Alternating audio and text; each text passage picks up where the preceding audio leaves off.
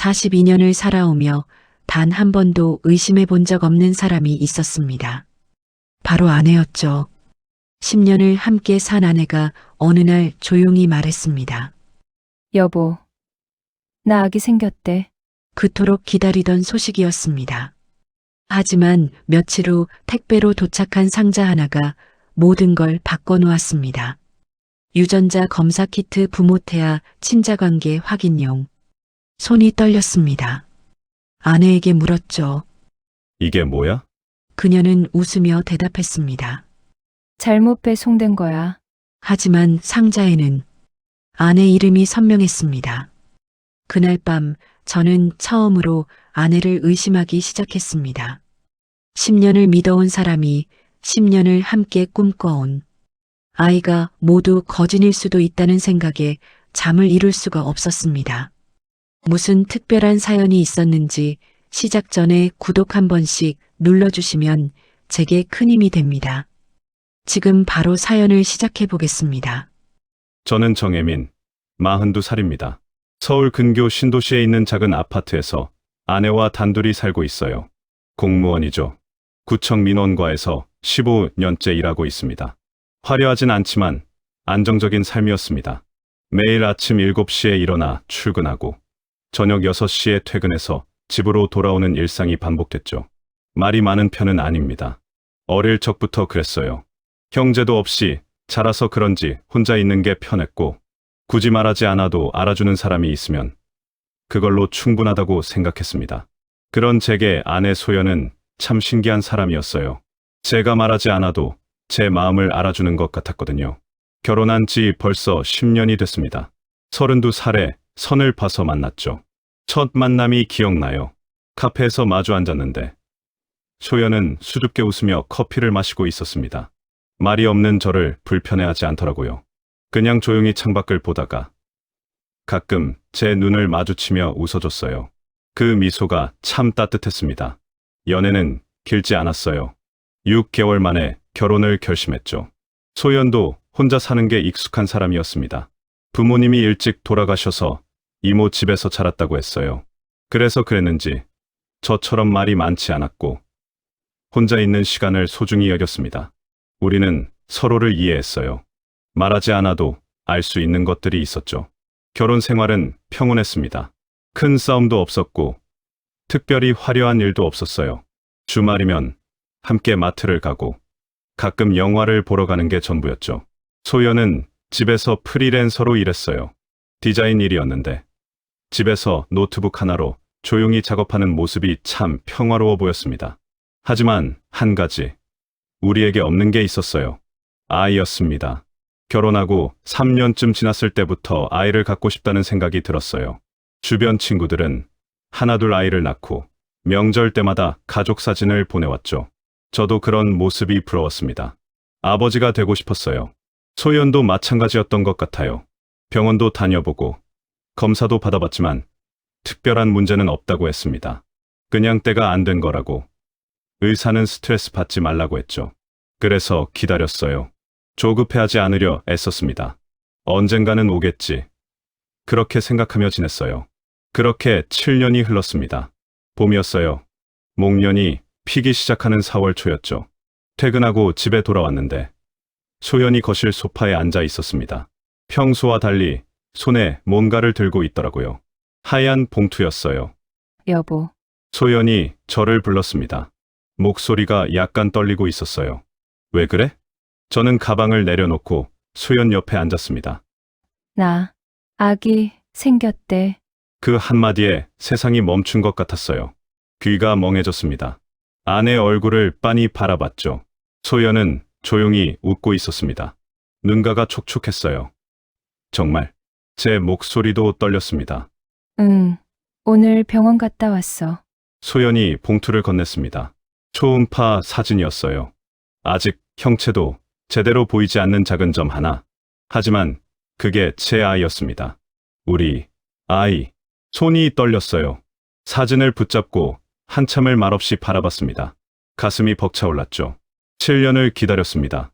7년 동안 포기하지 않고 기다린 보람이 있었어요. 고생했어. 그것밖에 말할 수가 없었습니다. 소연을 꽉 안았어요. 아내도 제 등을 토닥이며 조용히 울고 있었습니다. 우리는 한참을 그렇게 안고 있었죠. 그날 밤 잠이 오지 않았어요. 행복해서 그랬던 것 같습니다. 옆에 누워 자는 아내를 보며 생각했죠. 이제 아버지가 되는구나. 아이에게 뭘 가르쳐줘야 할까? 어떤 아버지가 되어야 할까? 머릿속이 복잡했지만 기분은 좋았습니다. 하지만 그날 밤 이상한 일이 있었어요. 새벽이었습니다. 화장실에 가려고 일어났는데 거실에 불도 켜지 않은 채 소연이 베란다에서 핸드폰을 보고 있었습니다. 통화 중이었어요. 그 사람한텐 말하지 마세요. 작은 목소리였지만 들렸습니다. 소연은 제가 온 줄 모르고 계속 말하고 있었어요. 제발 아무 말도 하지 말아 주세요. 목소리가 떨리고 있었습니다. 간절했어요.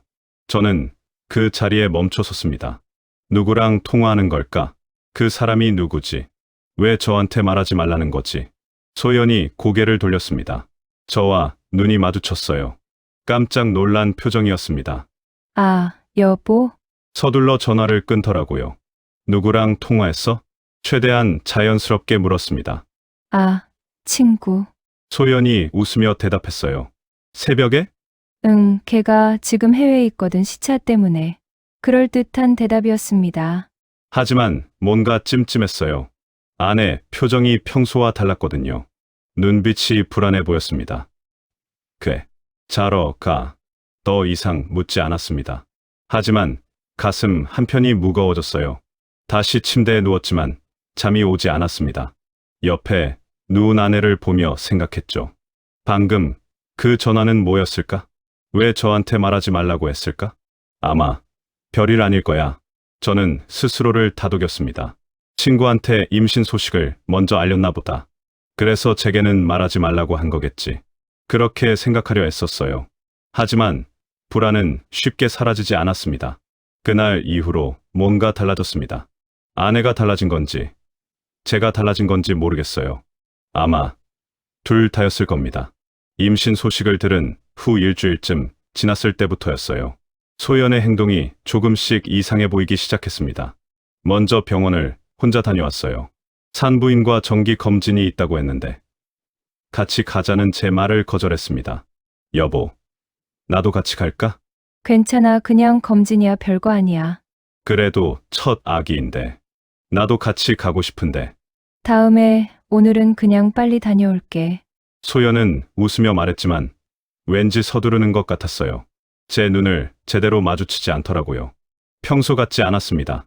그날 오후 퇴근하고 집에 돌아왔을 때 소연은 이미 와 있었어요. 거실 소파에 앉아 노트북으로 작업하고 있었습니다. 병원 다녀왔어? 응. 다녀왔어. 아기는 괜찮대? 응. 건강하대. 대답은 짧았습니다. 더 이상 말을 이어가지 않더라고요. 저도 더 묻지 않았어요. 뭔가 물어보면 안 될 것 같은 기분이 들었거든요. 이상한 건 또 있었습니다. 집에 혼자 있으려고 했어요. 저한테 심부름을 자주 시켰습니다. 여보, 마트 좀 다녀와 줄래? 우유랑 과일 좀 사다 줘. 같이 갈까? 아니. 괜찮아, 나 좀 피곤해서 집에서 쉬고 싶어. 예전에는 함께 마트에 가는 걸 좋아했는데 말이죠. 주말에 장 보러 가는 게 우리의 작은 루틴이었거든요. 하지만 요즘은 저 혼자 다녀오는 일이 많아졌습니다. 한 번은 마트에 갔다가 깜빡하고 장바구니를 놓고 와서 20분 만에 다시 집에 돌아온 적이 있어요. 현관문을 열었는데 소연이 누군가와 통화하고 있었습니다. 제가 들어오는 소리를 듣고 황급히 전화를 끊더라고요. 누구랑 통화했어? 응? 아, 친구. 무슨 친구? 대학 때 친구. 오랜만에 연락 왔어. 소연은 웃었지만 표정이 어색했습니다. 그날 저녁 설거지를 하다가 문득 생각이 났어요. 병원 진료비 말이에요. 카드 사용 내역을 확인해 봤습니다. 저희 부부는 공동 계좌를 쓰고 있었거든요. 생활비는 모두 그 계좌 카드로 결제했어요. 그런데 이상했습니다. 소연이 병원 다녀온 날 산부인과 진료비가 없었어요. 카드 내역을 다시 확인해 봤지만 역시 없었습니다. 현금으로 낸 걸까? 하지만 왜 굳이 현금으로 낼까요? 의심이 커졌어요. 하지만 물어볼 수가 없었습니다. 뭐라고 물어야 할지 모르겠더라고요. 왜 카드로 안 냈어? 이렇게 물으면 아내가 뭐라고 생각할까요? 의심하는 것처럼 보일까 봐 겁이 났습니다. 며칠이 또 지났어요. 어느 날 오후 집에 택배가 왔습니다. 저는 회사에 있었고 소연이 받았죠. 퇴근하고 집에 돌아왔을 때 현관 신발장 위에 택배 상자가 놓여 있었어요. 받은 사람 이름은 소연이었습니다. 여보, 이거 뭐야? 저는 거실로 가서 소연에게 물었습니다. 뭐? 소연이 부엌에서 나왔어요. 현관에 택배 있던데, 아, 그거? 내가 주문한 거야. 뭐 주문했어? 그냥 인부복. 소연은 대답했지만 시선을 피했습니다. 뭔가 숨기는 것 같았어요. 그날 밤 소연이 샤워하는 동안 저는 현관으로 나가 그 상자를 봤습니다. 아직 뜯지 않은 상태였어요. 송장을 보니 발송인이 병원이더라고요. 인부복이 아니었습니다. 손이 떨렸어요. 열어봐야 할까 말아야 할까 갈등했습니다. 하지만 결국 열었어요. 테이프를 조심스럽게 뜯었습니다. 상자 안에 작은 키트가 들어 있었습니다. 하얀 플라스틱 케이스였어요. 겉면에 글씨가 적혀 있었습니다. 유전자 검사 키트 부모 태아 친자 관계 확인용. 숨이 멎는 것 같았습니다. 친자 확인, 유전자 검사. 왜 이런 게 필요하죠? 왜 아내가 이런 걸 주문한 거죠? 봉투를 봤습니다. 수신인은 소연이었어요. 주문자도 소연. 제 이름은 어디에도 없었습니다. 손끝이 차가워졌어요. 가슴이 답답했습니다. 숨 쉬기가 힘들었어요. 화장실에서 물소리가 들렸습니다. 소연이 곧 나올 겁니다. 저는 서둘러 상자를 다시 테이프로 붙였어요. 최대한 뜯은 티가 나지 않게 조심했습니다. 그리고 원래 자리에 다시 놓았죠. 거실로 돌아왔습니다. 소파에 앉았어요. 심장이 미친 듯이 뛰고 있었습니다. 왜 아내가 친자 확인 키트를 주문한 걸까요? 머릿속이 하얘졌습니다. 생각이 정리되지 않았어요. 아니, 생각하고 싶지 않았습니다. 하지만 자꾸만 떠올랐죠. 혹시 그 아이가... 아니야. 저는 고개를 저었습니다. 아니야. 말도 안 돼. 우리 아이야. 분명 우리 아이야. 하지만 의심은 점점 커졌어요. 소연이 화장실에서 나왔습니다. 머리를 수건으로 말리고 있었어요. 뭐 해? 응. 아니. 그냥 앉아 있었어. 저는 애써 웃었습니다. 그날 밤 소연이 먼저 잠들었어요. 저는 침대에 누워 천장을 바라봤습니다. 잠이 오지 않았어요. 옆에서 자는 아내를 보며 생각했습니다. 7년을 기다렸습니다. 7년 동안 아이를 간절히 원했어요. 그런데 이제 와서 이런 의심을 하다니 저 자신이 한심했습니다. 하지만 멈출 수가 없었어요. 머릿속이 복잡했습니다. 새벽 통화, 혼자 다녀온 병원, 카드 내역에 없는 진료비, 그리고 친자 확인 키트. 모든 게 이상했습니다. 저는 조용히 일어나 거실로 나갔어요. 현관 신발장 위에 상자를 다시 봤습니다. 하얀 상자. 그 안에 답이 있을까요? 아니, 답을 알고 싶지 않았습니다. 모르는 게 나을 것 같았어요. 알고 나면 돌이킬 수 없을 테니까요. 하지만 이대로는 안 될 것 같았습니다. 계속 의심하며 살 수는 없었어요. 결심했습니다. 내일 아내에게 물어봐야겠다고. 직접 물어보고 답을 듣겠다고. 거실 창문 너머로 달빛이 들어왔습니다. 차가운 빛이었어요. 저는 한참을 그 자리에 서 있었습니다. 사랑은 여전했습니다. 아내를 여전히 사랑했어요. 하지만 믿음은 흔들리고 있었습니다. 10년을 함께 산 사람을 이제 와서 믿지 못하게 된 제 자신이 슬펐습니다. 다음 날 아침, 저는 결심을 바꿨습니다. 직접 물어보려 했지만 겁이 났어요. 만약 아내가 거짓말을 하면 어쩌죠? 아니면 제가 오해하고 있는 거라면요. 확신이 없었습니다. 그래서 다른 방법을 택했어요. 병원에 직접 확인하기로 했죠. 회사에서 점심시간이 되자마자 저는 빈 회의실로 들어갔습니다. 문을 잠그고 핸드폰을 꺼냈어요. 아내가 다녔다던 병원 이름을 검색했습니다. 서울 여성의원. 집에서 10분 거리에 있는 산부인과였어요. 전화번호를 눌렀습니다. 신호음이 3번 울렸어요. 네, 서울 여성의원입니다. 밝은 목소리가 들렸습니다. 안녕하세요. 제가 확인하고 싶은 게 있어서요. 네, 말씀하세요. 윤소연 씨 진료 기록 좀 확인할 수 있을까요? 보호자이신가요? 네, 남편입니다. 생년월일 말씀해 주시겠어요? 저는 아내 생년월일을 말했습니다. 잠시 키보드 두드리는 소리가 들렸어요. 윤소연 씨요? 네, 죄송합니다만 저희 병원에 그런 환자분은 없으신데요. 귀가 멍해졌습니다. 네, 윤소연 씨 생년월일 78년 3월 21일 맞으시죠? 네, 맞습니다. 저희 병원 기록에는 없으세요. 그럴 리가. 분명 거기 다녔다고 했는데요. 혹시 다른 병원 아니신가요? 저희 근처에 산부인과가 몇 군데 더 있거든요. 아, 네, 알겠습니다. 저는 전화를 끊었습니다. 손이 떨렸어요. 핸드폰을 쥔 손에 힘이 들어갔습니다. 거짓말이었어요. 아내가 거짓말을 한 겁니다. 병원에 간 게 아니었어요. 그럼 어디에 간 걸까요? 아니, 정말 임신한 게 맞나요? 초음파 사진도 가짜일까요? 아니야. 저는 고개를 저었습니다. 초음파 사진은 진짜였어요. 분명 봤습니다. 그럼 다른 병원에 다니고 있는 걸까요? 왜 거짓말을 한 거죠? 머릿속이 복잡했습니다. 일이 손에 잡히지 않았어요. 오후 내내 컴퓨터 화면만 멍하니 바라봤습니다. 퇴근 시간이 됐습니다. 평소보다 일찍 집에 돌아갔어요. 아내가 없었습니다. 외출한 모양이었죠.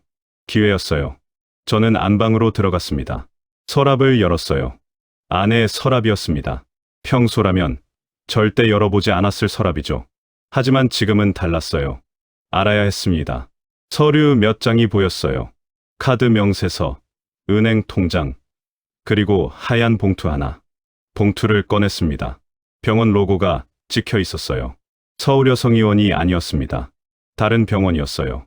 강남에 있는 산부인과더라고요. 봉투를 열었습니다. 진단 결과서가 들어 있었어요. 환자명 윤소연, 진단명 임신 8주차, 비고 고위험 임신 추가 검사 필요. 여기까지는 괜찮았습니다. 임신이 맞았어요.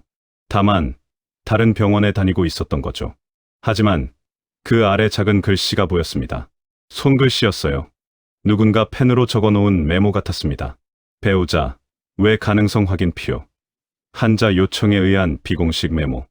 서류를 든 손이 떨렸습니다. 배우자, 외 가능성. 남편이 아닐 수도 있다는 뜻이죠. 저는 그 자리에 주저앉았습니다. 다리에 힘이 풀렸어요. 서류가 바닥에 떨어졌습니다. 그 아이가, 제 아이가 아닐 수도 있다는 거잖아요. 7년을 기다렸습니다. 7년 동안 간절히 원했어요. 아버지가 되고 싶었습니다. 그런데 그 아이가 제 아이가 아니라니? 믿고 싶지 않았어요. 이게 꿈이길 바랐습니다. 악몽이었으면 좋겠다고 생각했죠. 하지만 현실이었어요. 얼마나 그렇게 앉아 있었을까요? 현관문 열리는 소리가 들렸습니다. 아내가 돌아온 겁니다. 다녀왔어. 소연의 목소리가 들렸어요. 저는 서류를 주워 서랍에 다시 넣었습니다. 최대한 원래 자리에 놓으려 했었어요. 그리고 거실로 나갔습니다. 벌써 왔어? 소연이 웃으며 물었습니다. 응, 일찍 끝나서. 제 목소리는 평온했습니다. 놀라울 정도로 차분했어요. 하지만 속은 무너지고 있었습니다. 저녁 뭐 먹을래? 아무거나. 찌개 끓일까? 그래. 소연은 부엌으로 갔습니다. 저는 소파에 앉았어요. 텔레비전을 켰지만 아무것도 보이지 않았습니다. 소리만 들렸죠. 부엌에서 도마 소리가 났어요. 칼로 무언가를 써는 소리, 물 끓는 소리, 평범한 저녁 준비 소리였습니다. 하지만 모든 게 낯설었어요. 10년을 함께 산 집이, 10년을 함께 산 아내가 모두 낯선 존재가 되어 있었습니다. 다 됐어. 밥 먹자. 소연이 식탁에 찌개를 올려놓았습니다. 김이 모락모락 올라왔어요. 저는 식탁에 앉았습니다. 숟가락을 들었어요. 하지만 목구멍으로 넘어가지 않았습니다. 왜? 입맛 없어? 아니, 저는 억지로 한 숟가락 떴습니다. 맛이 느껴지지 않았어요. 여보, 소연이 불렀습니다. 응, 요즘 좀 이상한 것 같아. 무슨 일 있어? 아니, 별일 없어. 회사에서 힘든 일 있어? 아니야. 그럼 왜 그래? 표정이 안 좋아. 소연이 걱정스러운 얼굴로 저를 봤습니다. 진심으로 걱정하는 것 같았어요. 그게 더 힘들었습니다.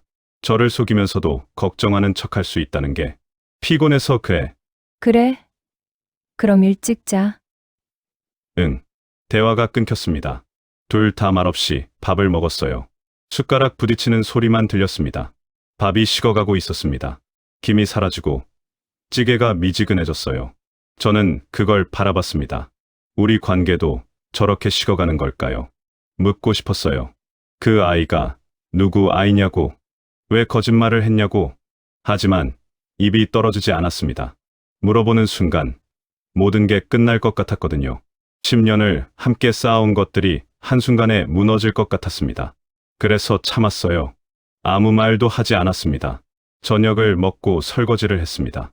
평소처럼 제가 설거지를 맡았어요. 뜨거운 물에 그릇을 씻으며 생각했습니다. 사랑은 여전했습니다. 아내를 여전히 사랑했어요. 하지만 믿을 수가 없었습니다. 제가 믿었던 모든 것이 거짓인 것 같았죠. 그날 밤, 소연이 먼저 잠들었습니다. 저는 침대에 누워 천장을 봤어요. 어둠 속에서 아내의 숨소리만 들렸습니다. 평온한 숨소리였어요. 아무 일 없다는 듯이. 저는 조용히 눈물을 흘렸습니다. 소리 내지 않고 울었어요. 10년 만에 처음이었습니다. 결혼하고 나서 한 번도 운 적이 없었거든요. 하지만 오늘은 참을 수가 없었습니다. 제가 믿었던 가정이, 기다려온 생명이 모두 거짓 같았으니까요. 며칠이 더 지났습니다. 저는 더 이상 참을 수가 없었어요. 매일 밤 잠을 이루지 못했습니다. 아내 옆에 누워 있으면 숨이 막혔어요. 의심하면서 함께 사는 게 너무 힘들었습니다. 그래서 결심했어요. 직접 물어보기로요. 주말 아침이었습니다. 소연이 거실에서 노트북으로 작업하고 있었어요. 저는 따뜻한 차를 2잔 타서 하나를 아내 앞에 놓았습니다. 고마워. 소연이 웃으며 받았어요. 저는 맞은편에 앉았습니다. 심장이 빠르게 뛰고 있었어요. 손이 떨렸습니다. 소연아. 응. 잠깐 얘기 좀 하자. 제 목소리가 떨렸습니다. 소연이 고개를 들어 저를 봤어요. 뭔가 심상치 않다는 걸 눈치챈 것 같았습니다. 무슨 일인데? 노트북 좀 덮어. 소연이 천천히 노트북을 덮었습니다. 저와 마주 앉았어요. 침묵이 흘렀습니다.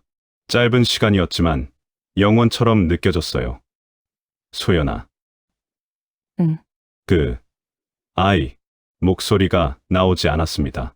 숨을 깊이 들이마셨어요. 아이. 내 아기야? 그 한마디를 하는데 모든 용기가 필요했습니다. 소연의 얼굴이 굳어졌어요. 눈빛이 흔들렸습니다.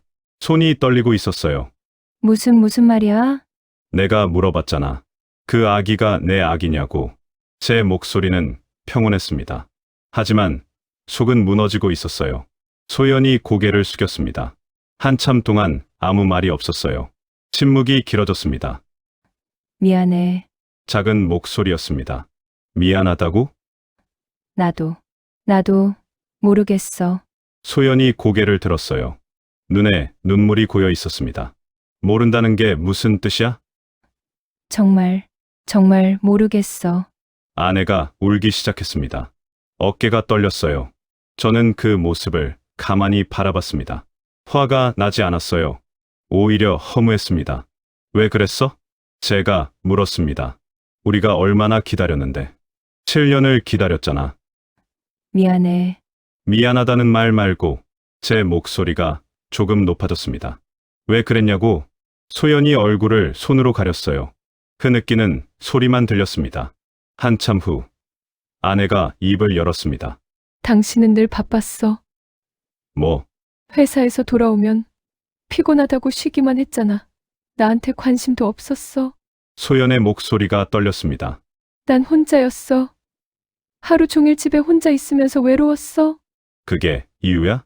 그 사람이 내 얘기를 들어줬어. 제 주먹이 꽉 쥐어졌습니다. 누구? 회사 선배. 회사 선배! 프릴에서 일하면서 알게 된 사람이야. 같이 프로젝트 몇 번 했었어. 소연이 계속 말했습니다. 처음엔 그냥 일 얘기만 했어. 근데 어느 순간부터 개인적인 얘기도 하게 됐어. 그 사람도 혼자였거든. 이혼하고 혼자 살고 있었어. 저는 아무 말 없이 들었습니다. 그 사람이 내 얘기를 들어줬어. 힘들 때 위로해줬고, 외로울 때 연락했어. 그게 전부야. 전부라고? 제 목소리가 차갑게 식었습니다.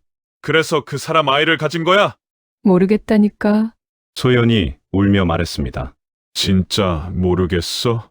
시기상으로 당신일 수도 있고, 그 사람일 수도 있어. 저는 소파에 등을 기댔습니다. 힘이 쭉 빠졌어요. 그래서 친자 확인 키트를 산 거야? 그걸 어떻게? 소연이 놀란 표정을 지었습니다. 봤어. 택배로 온 거. 미안해. 미안하다는 말은 이제 그만해. 저는 눈을 감았습니다. 머리가 아팠어요. 나 이제 어떻게 해야 할지 모르겠다. 중얼거렸습니다. 혜민아, 그냥 좀 혼자 있고 싶어. 저는 일어났습니다. 현관으로 갔어요. 신발을 신었습니다. 어디 가? 모르겠어. 그냥 나가 있을게. 문을 열고 나갔습니다. 뒤에서 소연이 뭐라고 말하는 소리가 들렸지만 듣지 않았어요. 엘리베이터를 타고 1층으로 내려갔습니다. 아파트 단지를 걸었어요. 목적 없이 걷기만 했습니다. 봄이었어요. 목련이 피어 있었습니다. 벚꽃도 피어나고 있었죠. 아름다운 계절이었어요. 하지만 제 마음은 겨울 같았습니다. 벤치에 앉았습니다. 한참을 그렇게 앉아 있었어요. 사람들이 지나다녔습니다. 아이와 손잡고 걷는 부부, 강아지 산책시키는 노인, 조깅하는 청년, 모두 평범한 일상이었어요. 하지만 제 일상은 산산이 부서져 있었습니다. 핸드폰이 울렸습니다. 어머니였어요. 받지 않았습니다. 다시 울렸습니다. 또 받지 않았어요. 문자가 왔습니다. 혜민아, 무슨 일 있니? 전화 좀 받아라. 저는 문자를 지웠습니다. 해가 지고 있었어요. 저녁 노을이 하늘을 붉게 물들이고 있었습니다. 아름다웠어요. 하지만 아무 감흥이 없었습니다. 저는 일어났습니다. 집으로 돌아가야 했어요. 아직 끝난 게 아니었으니까요. 집에 돌아왔습니다. 소연이 거실, 소파에 앉아 있었어요. 눈이 퉁퉁 부어 있었습니다. 많이 운 것 같았어요. 돌아왔어? 응. 저는 신발을 벗고 안으로 들어갔습니다. 소연 옆에 앉았어요. 미안해. 소연이 또 말했습니다. 진짜 미안해. 나 때문에 이렇게 된 거 알아? 알면 됐어. 저는 조용히 대답했습니다. 이제 어떻게 할 거야? 모르겠어. 당신은? 나도 모르겠어. 우리는 둘 다 모르고 있었습니다. 앞으로 어떻게 해야 할지, 이 관계를 계속 유지할 수 있을지. 그날 밤, 저는 소연에게 말했습니다. 좀 생각할 시간이 필요해. 얼마나? 모르겠어. 한동안 소연이 고개를 끄덕였습니다. 알았어. 그날부터 우리는 같은 집에 살면서도 남이 됐습니다. 며칠이 더 지났습니다. 어느 날 퇴근하고 집에 돌아왔을 때 소연이 거실에서 짐을 싸고 있었어요. 캐리어가 현관 옆에 놓여 있었습니다. 뭐해? 짐 싸. 어디 가려고? 친구 집에 좀 있으려고. 소연은 고개를 들지 않았습니다. 옷을 개어서 가방에 넣고 있었어요. 저는 아무 말도 하지 않았습니다. 그냥 지켜봤어요. 소연이 화장대에서 화장품을 꺼내 파우치에 담았습니다. 옷장에서 옷을 몇 벌 더 꺼냈죠. 30분쯤 지났을까요? 짐을 다 싼 소연이 현관으로 왔습니다. 다녀올게. 응, 연락할게. 그래. 소연이 문 손잡이를 잡았습니다. 잠깐 멈췄어요. 뒤돌아볼 것 같았지만 돌아보지 않았습니다. 그대로 문을 열고 나갔어요. 문이 닫혔습니다. 저는 거실에 혼자 남았습니다. 텅 빈 집이었어요. 10년을 함께 채워온 공간이 갑자기 낯설게 느껴졌습니다. 소파에 앉았습니다. 창밖을 봤어요. 해가 지고 있었습니다. 저녁 노을이 하늘을 붉게 물들이고 있었죠. 그날 밤 혼자 저녁을 먹었습니다. 라면을 끓여 먹었어요. 맛이 없었습니다. 텔레비전을 켰지만 무슨 내용인지 들리지 않았어요. 침대에 누웠습니다. 옆자리가 비어 있었습니다. 10년 동안 누군가 누워있던 자리였어요. 이제는 아무도 없었습니다. 잠이 오지 않았어요. 시간이 흘렀습니다. 일주일, 2주일, 한 달. 소연에게서 연락은 왔어요. 문자로 간단히 안부를 물었습니다. 저도 짧게 대답했죠.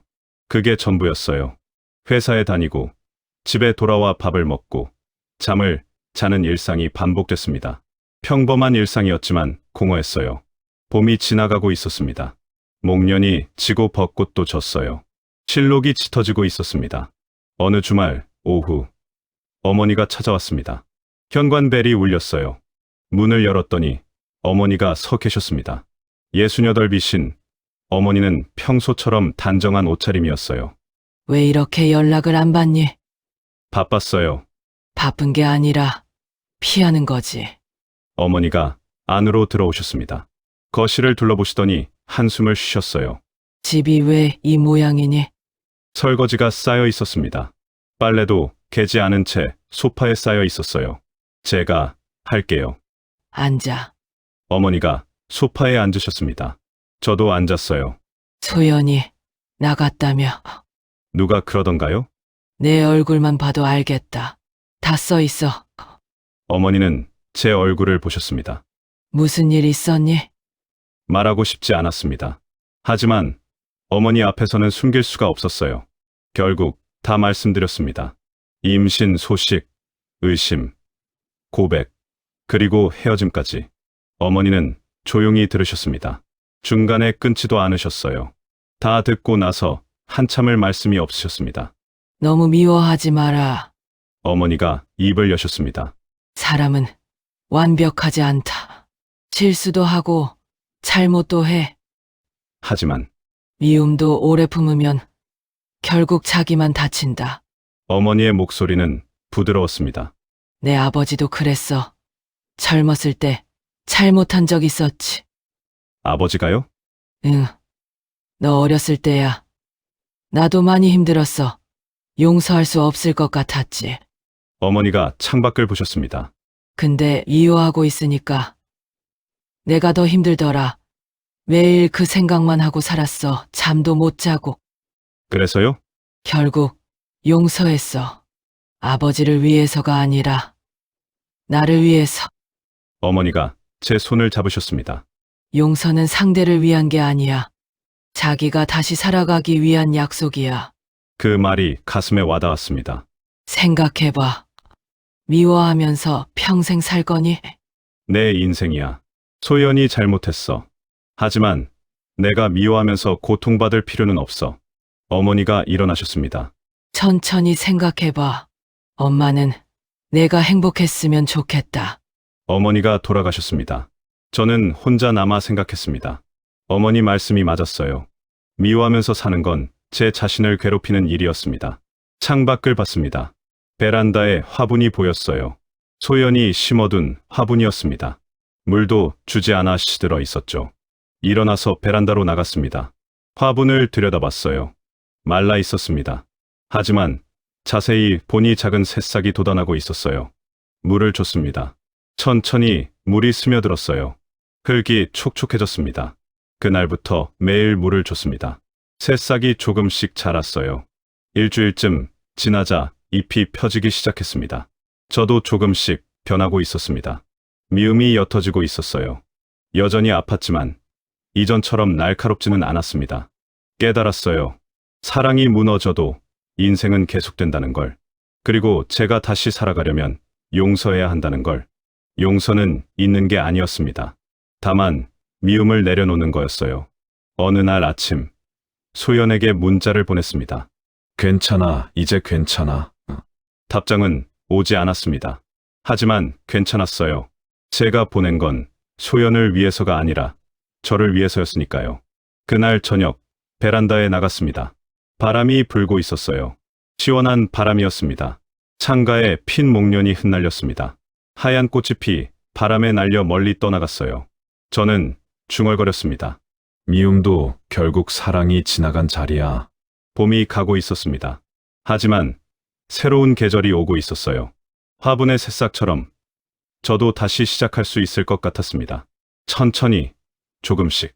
여러분, 오늘 이야기는 어떠셨나요?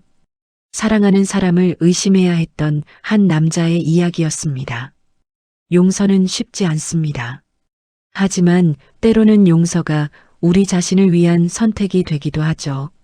이야기가 마음에 드셨다면 좋아요 한번 눌러주시고 구독과 알림 설정도 부탁드립니다.